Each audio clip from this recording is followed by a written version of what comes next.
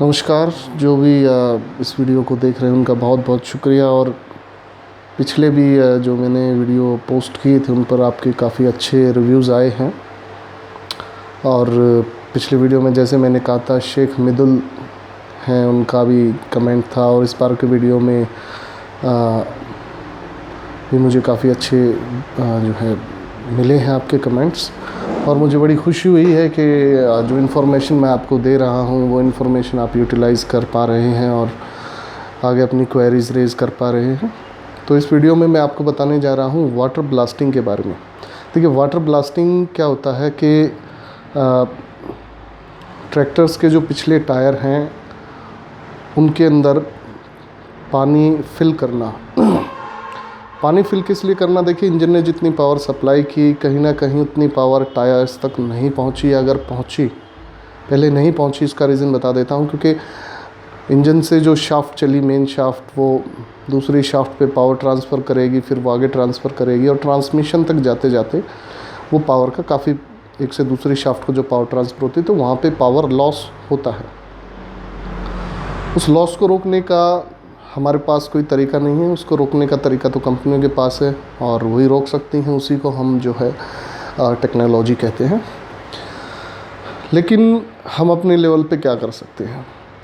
देखिए, जब इंजन ने पावर प्रोड्यूस की, वो पावर टायर तक पहुंची, लेकिन ट्रैक्टर के रियर एंड में कम वज़न होने की वजह से टायर में स्लिपेज आई तो पावर लॉस हुआ। अब हम देखते हैं कि ट्रैक्टर बड़ी ज़ोर से खेत में भाग रहा है, उछल रहा है, लेकिन साथ के साथ मिट्टी फेंकता चल रहा है स्लिपेज की वजह से। तो उसका सीधा सा तरीका है वाटर ब्लास्टिंग, यानी टायरों में पानी डालना। उससे क्या होता है, टायर की ग्रिप अच्छी रहती है, ट्रैक्टर के रियर एंड में वज़न बढ़ता है और मैक्सिमम पावर का यूटिलाइजेशन होता है। अब वाटर ब्लास्टिंग करने का तरीका क्या है? ट्रैक्टर के रियर एंड में गियर बॉक्स के नीचे एक जैक लगाइए। जैक से ट्रैक्टर के दोनों टायरों को हवा में कर लीजिए, मतलब वो ज़मीन पर ना टिके हों। उसके बाद में दोनों टायर्स की वॉल्व खोल के पूरी हवा निकाल दीजिए।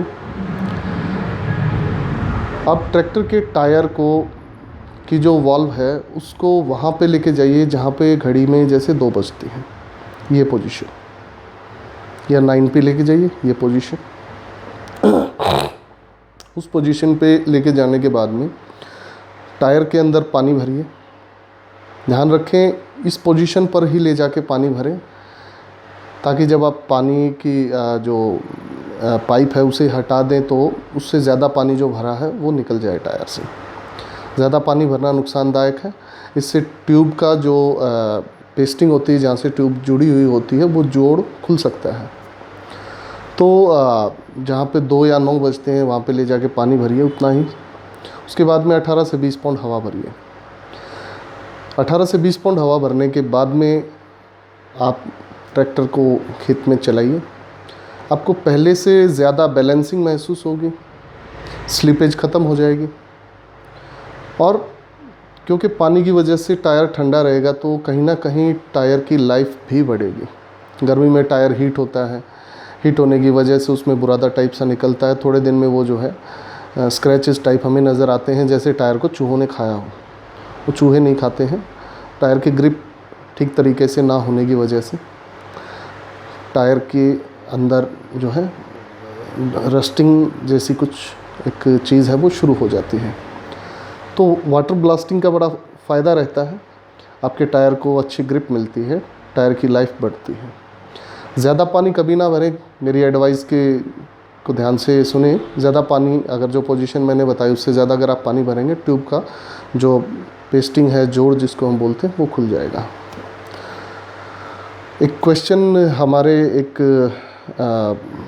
व्यूवर हैं अक्षय कगारे, या शायद अगर मेरा प्रोनाउंसिएशन उनके नाम का प्रोनाउंसिएशन गलत है तो माफ़ करें। अक्षय का एक सवाल था कि मैं 5050E, जॉन डियर 5050E या महिंद्रा अर्जुन 605, इन दोनों में से कौन सा ट्रैक्टर परचेज़ करूं? देखिए, महिंद्रा भी ट्रैक्टर्स में इंडिया में नंबर 1 है, सबसे ज़्यादा प्रोडक्शन करती है। महिंद्रा के ट्रैक्टर्स भी बहुत अच्छे हैं।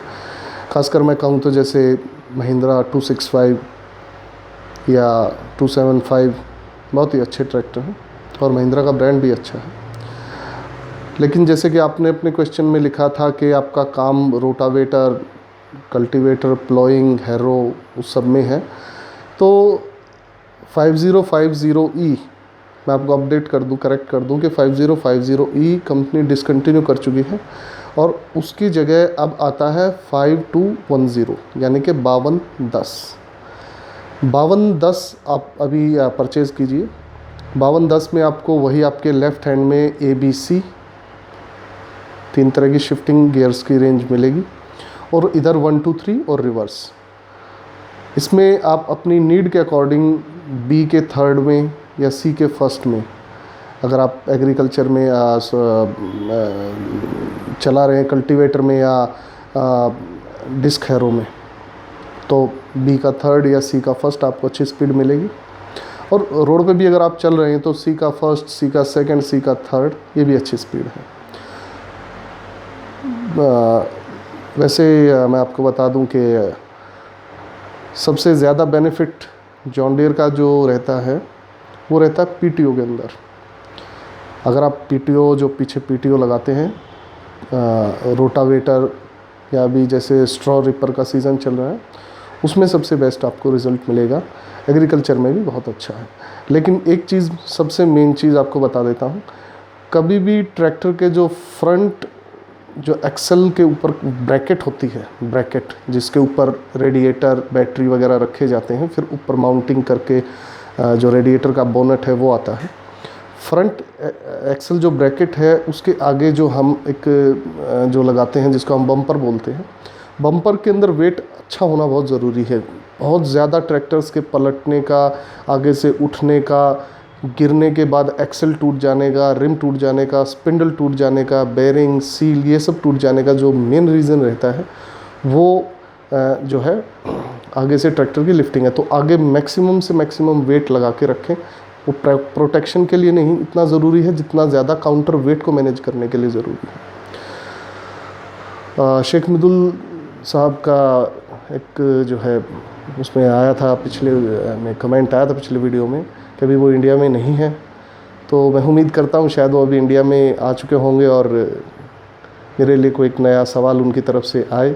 और आकाश गगारे साहब, उम्मीद करता हूँ आपको भी इसके लिए हेल्प मिलेगी।